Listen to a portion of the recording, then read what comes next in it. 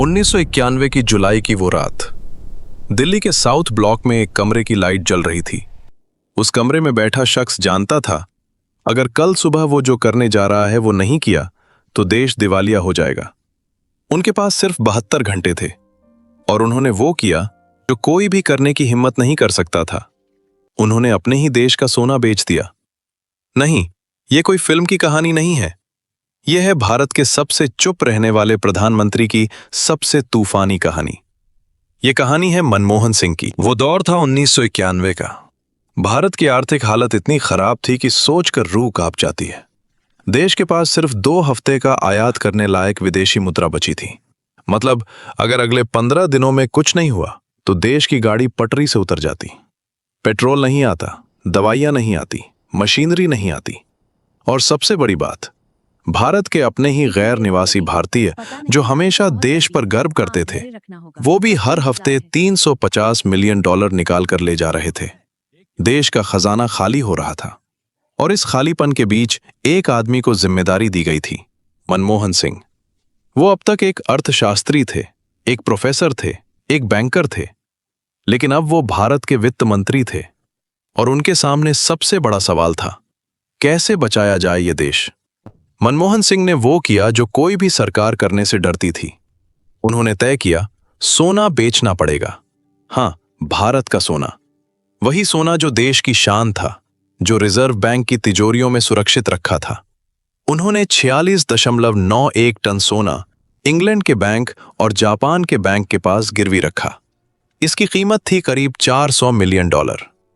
ये उस वक्त का सबसे बड़ा फैसला था जिसने पूरे देश में तूफान मचा दिया। विपक्ष चिल्लाया, सोना बेच रहे हो, ये राष्ट्र का अपमान है। लेकिन मनमोहन सिंह चुप थे। उन्हें पता था कि अगर ये सोना नहीं बेचा तो देश का गला घोंट दिया जाएगा। लेकिन सोना बेचना सिर्फ शुरुआत थी, असली तूफान तो आना बाकी था।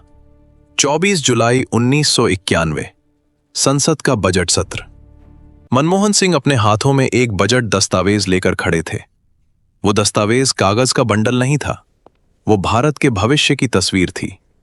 उन्होंने जब अपना भाषण शुरू किया तो पहली बात ये कही, आज जब मैं यहां खड़ा हूं तो मुझे एक अजीब सा अकेलापन महसूस हो रहा है।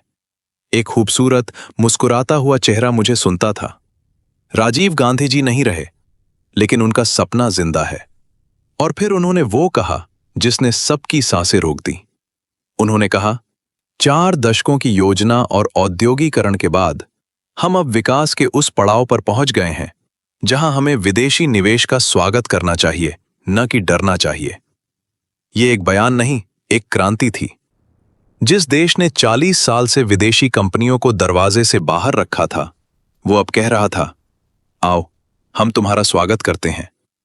उन्होंने एक के बाद एक ऐसे ऐलान किए जो उस दौर में सुनने में असंभव लगते थे। उन्होंने कहा, औद्योगिक लाइसेंसिंग खत्म की जा रही है।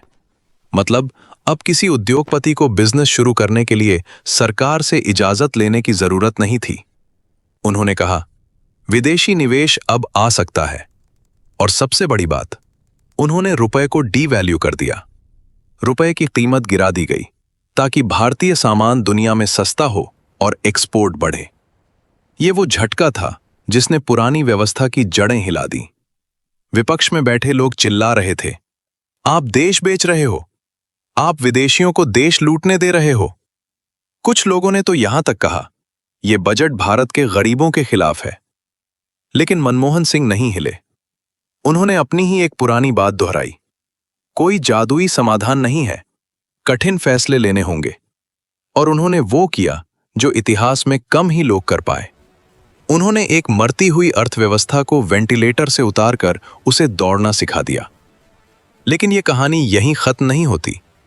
ये तो उनके करियर का वो हिस्सा था जब वो सिर्फ वित्त मंत्री थे।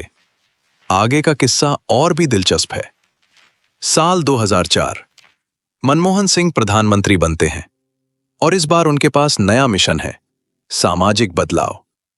उनकी सरकार ने एक के बाद एक ऐसे कानून बनाए जो आज भी देश के कोने कोने में असर डाल रहे हैं।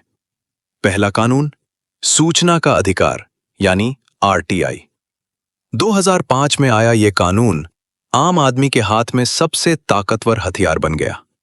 अब कोई अफसर, कोई मंत्री, कोई सरकारी ऑफिस अपने कामकाज को छुपा नहीं सकता था। किसी को भी जवाब देना पड़ता था। यह एक ऐसा ऑपरेशन था जिसने सत्ता की बेड़ियां तोड़ दी। दूसरा, महात्मा गांधी राष्ट्रीय ग्रामीण रोजगार गारंटी अधिनियम यानी MGNREGA 2005 में ही लाया गया यह कानून दुनिया का अपने तरह का सबसे बड़ा प्रोग्राम बना।